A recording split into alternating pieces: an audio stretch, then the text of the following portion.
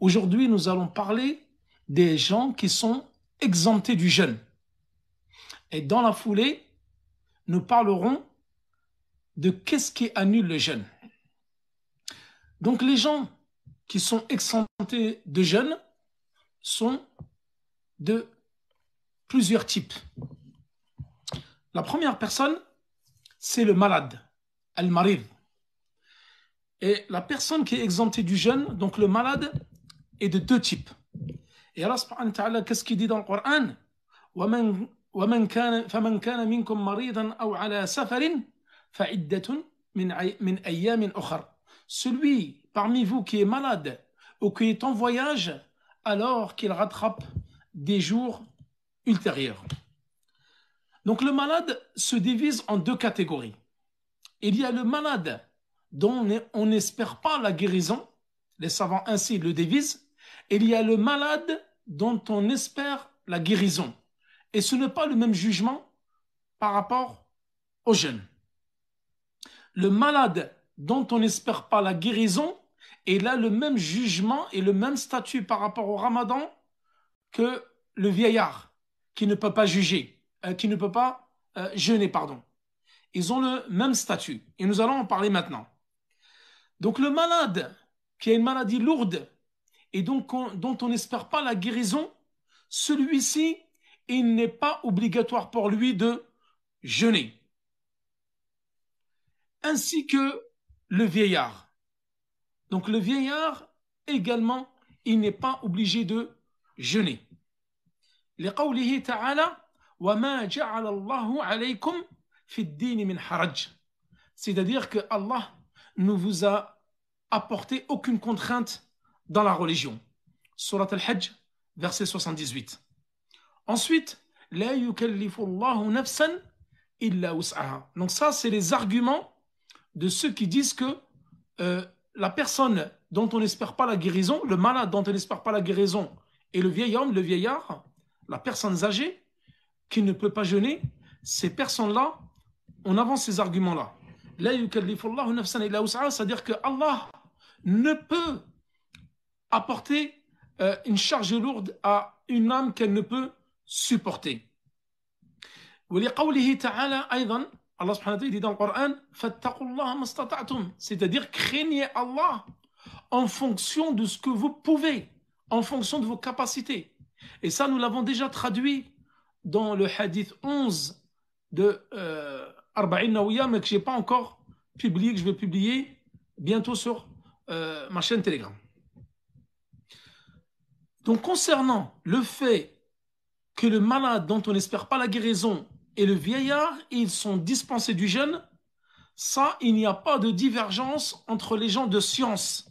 وَنَقَلَهُ Ibn al-Mundhir. Ibn al-Mundhir, il a un livre qui s'appelle Al-Ijma'.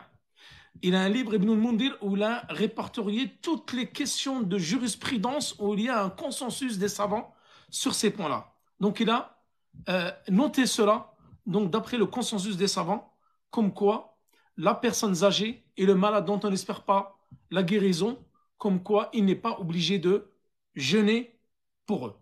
Al-Qurtubi al-Maliki, sahib al-Tafsir, qu'est-ce qu'il dit? Il dit le malade, il y a deux situations, il y a deux cas. Il y a celui qui ne peut pas jeûner, celui qui ne peut pas jeûner, alors il est obligé de rompre le jeûne. C'est une obligation pour lui de rompre le jeûne. Et il y a le deuxième cas de malade, c'est celui qui peut jeûner, il a la capacité de jeûner, mais avec grande difficulté. C'est-à-dire qu'il y a une difficulté et le jeûne peut l'affaiblir et peut lui être très difficile, d'une grande difficulté. Alors, ce malade-là, nous lui disons que le mieux, c'est recommandé pour toi de ne pas jeûner. Ensuite,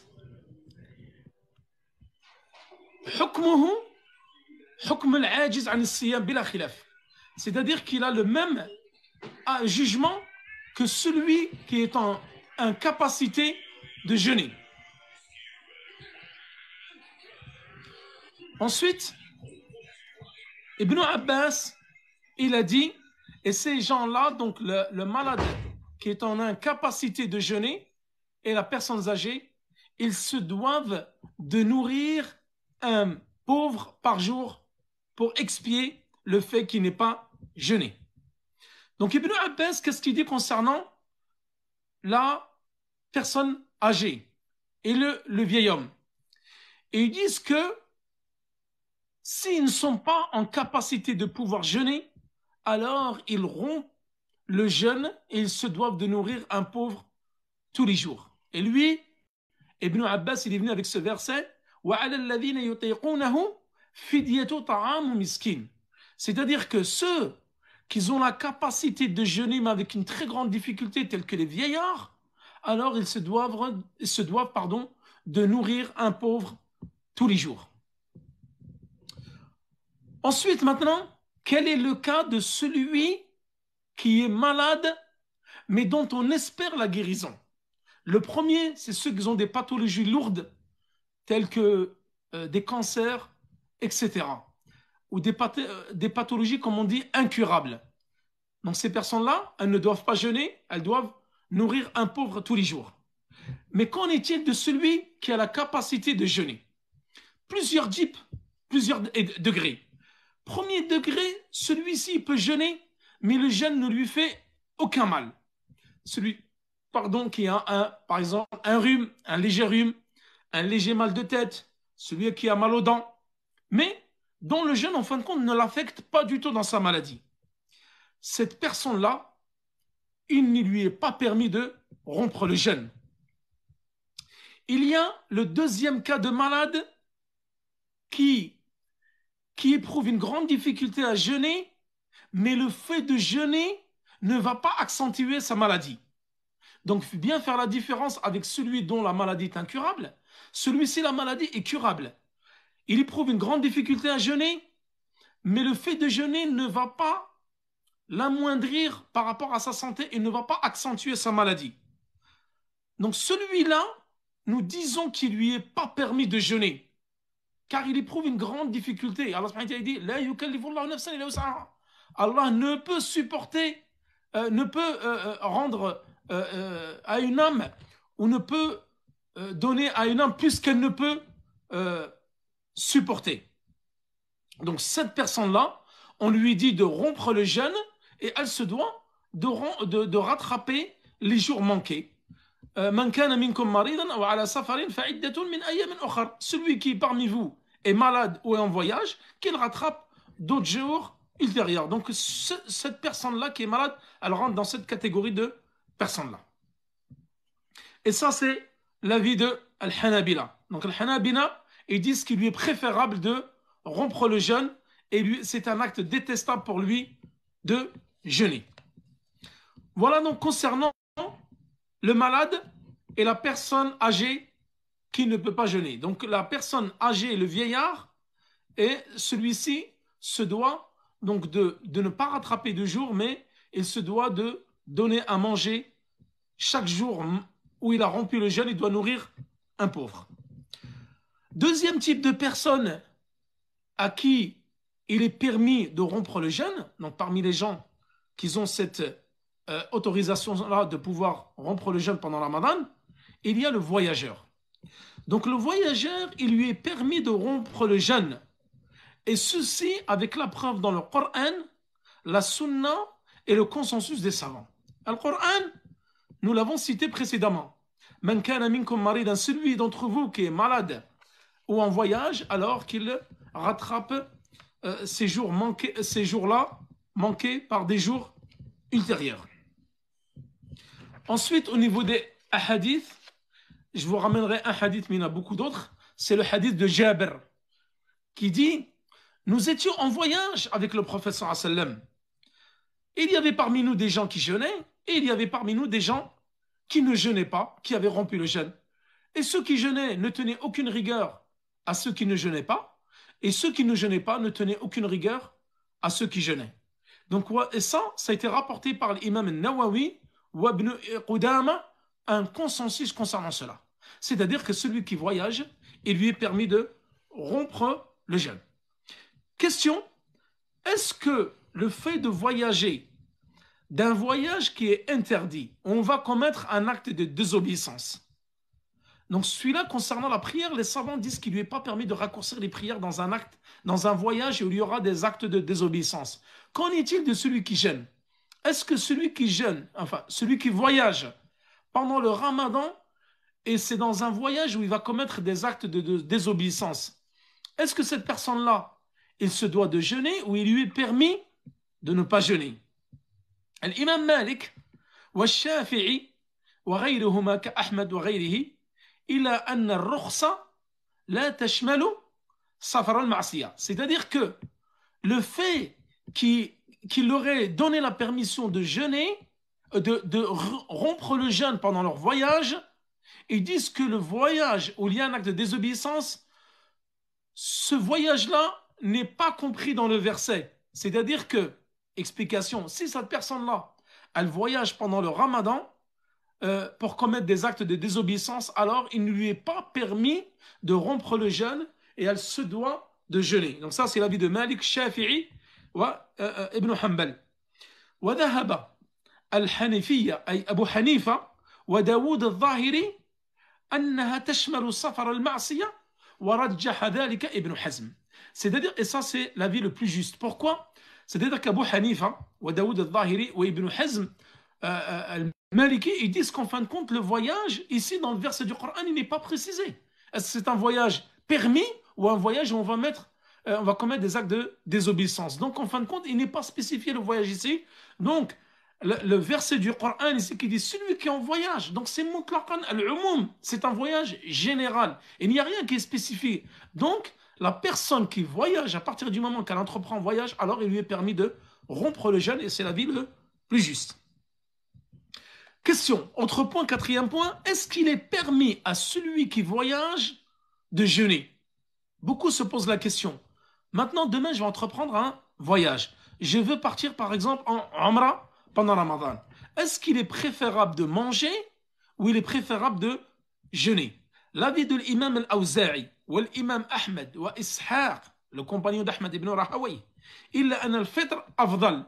Eux, ils disent que c'est mieux de rompre le jeûne. Pourquoi? Parce qu'ils disent, d'après le verset du Coran qui est dans Surat al-Baqarah, Man kana minkum maridan aw ala safarin fa'iddatun min ayyamin ukhra. Celui qui est malade ou en voyage, alors qu'il reporte à des jours ultérieurs. C'est-à-dire qu'il rattrape ses jours mangés ou manqués à des jours ultérieurs. Donc ça, c'est leur argument. Ensuite, ils ont un autre argument où le prophète il a dit Laysa minal birri as-siyamu fi safari. Ne fait pas partie de la piété ou de la bienfaisance le fait de jeûner pendant le voyage. Et ils ont un autre argument également qui dit Alaykum bi rukhsatillahi allati rakhasaha lakum. Prenez et appliquez la permission d'Allah dans le fait de pouvoir rompre le jeûne pendant le voyage tel que Allah subhanahu wa ta'ala vous l'a prescrit. Il vous l'a prescrite, c'est-à-dire qu'il va prescrite la permission de pouvoir rompre le jeûne pendant le voyage. Et Allah, dans un hadith, Allah, on aime qu'on vienne avec ses permissions et il déteste qu'on vienne avec ses actes de désobéissance. Donc voilà les arguments de ceux qui disent qu'en fin de compte, le mieux, c'est de ne pas jeûner. Et l'avis, il a été fortifié cet avis-là par Ibn Qudama ou Cheikh al-Islam Ibn Taymiyyah. Ils disent que dans le voyage, c'est mieux de rompre le jeûne. Il y a un autre avis qui est celui de Omar ibn Abdel Aziz. Et cet avis-là, c'est l'avis qu'a choisi Ibn al-Munzir. Ils disent que le mieux, en fin de compte, c'est ce qui est le plus facile pour le jeûneur. Et qui est un avis qui est très fort. C'est-à-dire, si la personne entreprend un voyage et dans ce voyage, il y a une grande difficulté, telle que voyager en voiture pendant 2-3 jours, en grande période de chaleur pendant l'été, qu'il y a une difficulté pour le jeûneur de jeûner, alors à ce compte-là, on rend le jeûne. Par contre, si on voyage, on prend la voiture, on fait 200 km et à peine 1 heure de route, bon, c'est un voyage, on raccourcit la prière, là, il n'y a aucune difficulté à ne pas jeûner. Donc là, dans ce cas-là, le mieux, c'est de jeûner. En fin de compte, le jeûneur doit quantifier la situation du voyage. Si c'est un voyage qui est facile, alors le mieux est de jeûner. Si c'est un voyage qui est difficile, contraignant, d'une très grande distance pendant une période de forte chaleur, alors le mieux, c'est de ne pas jeûner. Donc, mais l'avis, ça c'est le consensus des savants, une très large majorité de savants qui disent que, et parmi eux, il y a l'imam Malik, al-Shafi'i, ils disent que le jeûne, c'est mieux pour cette personne-là qui voyage si elle a la capacité physique de pouvoir jeûner et si ce jeûne ne l'amoindrit pas et ne l'atteint pas au niveau de sa santé, de son physique. Et ça, c'est l'avis qui est majoritaire parmi les savants. C'est-à-dire que si, en voyageant, tu as la capacité de pouvoir jeûner et que ce voyage-là n'est pas contraignant pour toi, alors le mieux pour toi est de jeûner. Et ça, c'est l'avis d'une grande majorité de savants. Et cet avis-là, c'est cet avis qui a été retenu par l'imam al-Nawawi ou Ibn Hajar. Il a été fortifié par ces des grands savants de la Ummah. Maintenant, qu'en est-il de... Ça, c'est la troisième catégorie de personnes qui sont dispensées du jeûne. C'est al-shaykh al-kabir ou al-ajouz. C'est-à-dire al-mar'atu al-ajouz ou al-shaykh al-kabir. C'est-à-dire la personne âgée, le vieillard et la vieille dame qui ne sont pas en capacité de jeûner.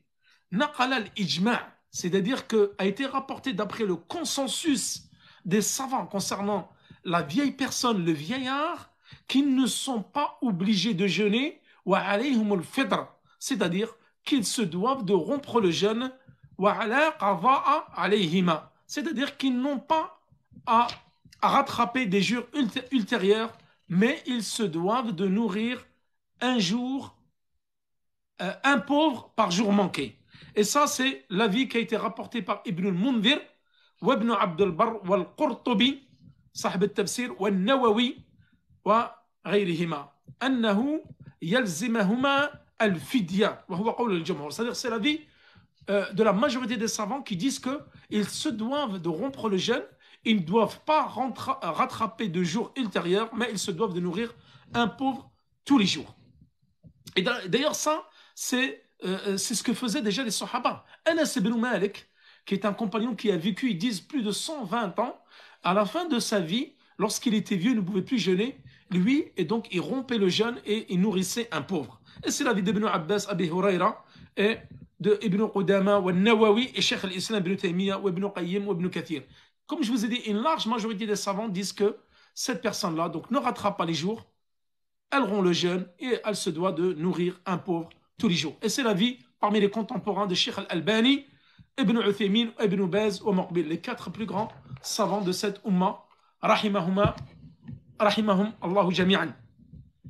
Il y a un deuxième avis qui est minoritaire, c'est quand même bien de le savoir, c'est que la yazamuhum al-fidya, c'est-à-dire que cet avis-là, ils disent que, en fin de compte, ils ne doivent pas jeûner, ils n'ont pas de jour à rattraper, par contre, ils ne doivent pas nourrir de pauvres. Et ça, c'est l'avis de l'imam Malik, de Thawri, et c'est l'avis qui a été réconforté ou a priori, a fortiori, pardon, choisi par Ibn al-Mundhir, ou Ibn Abd al-Barr, ou Ibn Hazm. Donc ça, cet avis-là, le deuxième, il a été choisi par ces trois grands savants parmi les savants prédécesseurs. Pourquoi? Eux, ils disent qu'ils utilisent le verset en disant La yukallifullahu nafsan illa wus'aha, c'est-à-dire qu'une âme ne peut supporter plus qu'elle ne peut. Mais nous avons dit que l'avis le plus juste et majoritaire, c'est le fait qu'ils ne rattrapent pas toujours, mais ils se doivent de donner à manger chaque jour un pauvre. Dernière mas'ala, dernier point, et nous finirons avec cela, Inch'Allah. Qu'en est-il de la personne qui est enceinte? Et c'est une question qu'on m'a beaucoup posée. La personne enceinte et la personne qui allaite. Donc là, également, il y a énormément de divergences sur ce point-là. Il y a plus de 5 paroles différentes, mais nous n'allons pas tous les énumérer. Nous allons vous donner l'avis le plus juste parmi les savants contemporains. Mais c'est l'avis qu'a choisi Cheikh Muqbil al-Wadi'i, Ibn Baz ou al-Uthaymin, qui disent qu'en fin de compte, la femme qui est enceinte, qui craint pour son fœtus, donc elle rompt le jeûne pendant le mois de Ramadan en entier, et la personne qui allaite et qui craint pour son fils, pour son nourrisson, donc elle l'allaite et elle ne gêne pas, donc elles rompt le jeûne, et elles ont peur aussi pour leur personne et pour leur fœtus ou leur nourrisson pour celle qui allaite. Donc la personne qui est enceinte, Elle a peur pour sa santé et pour la santé de son fils. Qu'est-ce qu'ils disent? Très important, ils disent yuftiran, c'est-à-dire al-hamil ou al-murdi', la personne qui est enceinte et qui allait, elles se doivent de rompre le jeûne si elles ont peur pour leur santé et la santé de leur fœtus ou bébé. Donc elles rompent le jeûne. C'est-à-dire elles se doivent de rattraper des jours ultérieurs et elles ne doivent pas de compensation dans le fait qu'elles doivent nourrir un pauvre tous les jours. Et ça, c'est un avis. Il y a un avis qui dit qu'elles se doivent de nourrir un pauvre si elles ne jeûnent pas. Mais ce n'est pas l'avis qu'a adopté les grands savants de la Ummah tels que Cheikh Muqbil, Cheikh Ibn Baz, Cheikh Al-Uthaymin. Donc il y a une grande divergence là-dessus, mais leur avis, et ils disent que c'est l'avis le plus juste, elles se doivent juste de rompre le jeûne, craignant pour sa santé, de rattraper ces jours-là, et elles ne doivent pas faire d'actes expiatoires, c'est-à-dire qu'elles ne doivent pas de nourrir, elles ne doivent pas nourrir, pardon, de pauvres tous les jours. Et ça, c'est l'avis le plus juste. L'avant-dernier point, c'est qu'en est-il de la personne qui a ses monstrues et ses lochis? La personne qui a les monstrues et les lochis, il lui, la yasihhu sawmuha. C'est-à-dire son jeûne n'est pas valable, c'est al jeûne. Wala yajibu alayha. Il ne lui est pas obligatoire de jeûner. Wa yahrimu alayhima. Il lui aurait interdit de jeûner. Wa yajibu qada'uha. C'est-à-dire qu'il lui est interdit de jeûner. Si elle jeûne, son jeûne est invalide et elles se doivent de rattraper ce jeûne-là, et c'est l'avis de l'unanimité des savants de la Ummah. Un point que nous avons déjà cité précédemment, que nous faisons un bref rappel, c'est concernant le fou. Qu'en est-il du fou? Le fou, le jeûne ne lui est pas ordonné, et s'il jeûne, son jeûne n'est pas valable ni valide, et ça d'après le consensus des savants. Et nous l'avons vu que d'après le hadith de Aïcha radiyallahu anha, c'est-à-dire que la plume a été levée sur 3 catégories de personnes, entre autres le fou jusqu'à ce qu'il retrouve la raison, l'enfant jusqu'à ce qu'il atteigne la puberté, et celui qui dort jusqu'à ce qu'il se réveille. Qu'en est-il de l'enfant prépubère? Est-ce que celui-ci, et c'est la dernière question, et nous finirons par ça, Inch'Allah, on ne va pas faire trop long, est-ce que l'enfant qui est prépubère se doit de jeûner? Nous disons qu'il ne lui est pas obligatoire de jeûner. Et si il rompt le jeûne pendant tout le mois de Ramadan, il ne se doit pas de rattraper des jours ultérieurs, jours qui sont passés. C'est-à-dire, s'il a mangé pendant tout le mois de Ramadan, il ne se doit pas de rattraper ces jours-là, d'après le consensus des savants.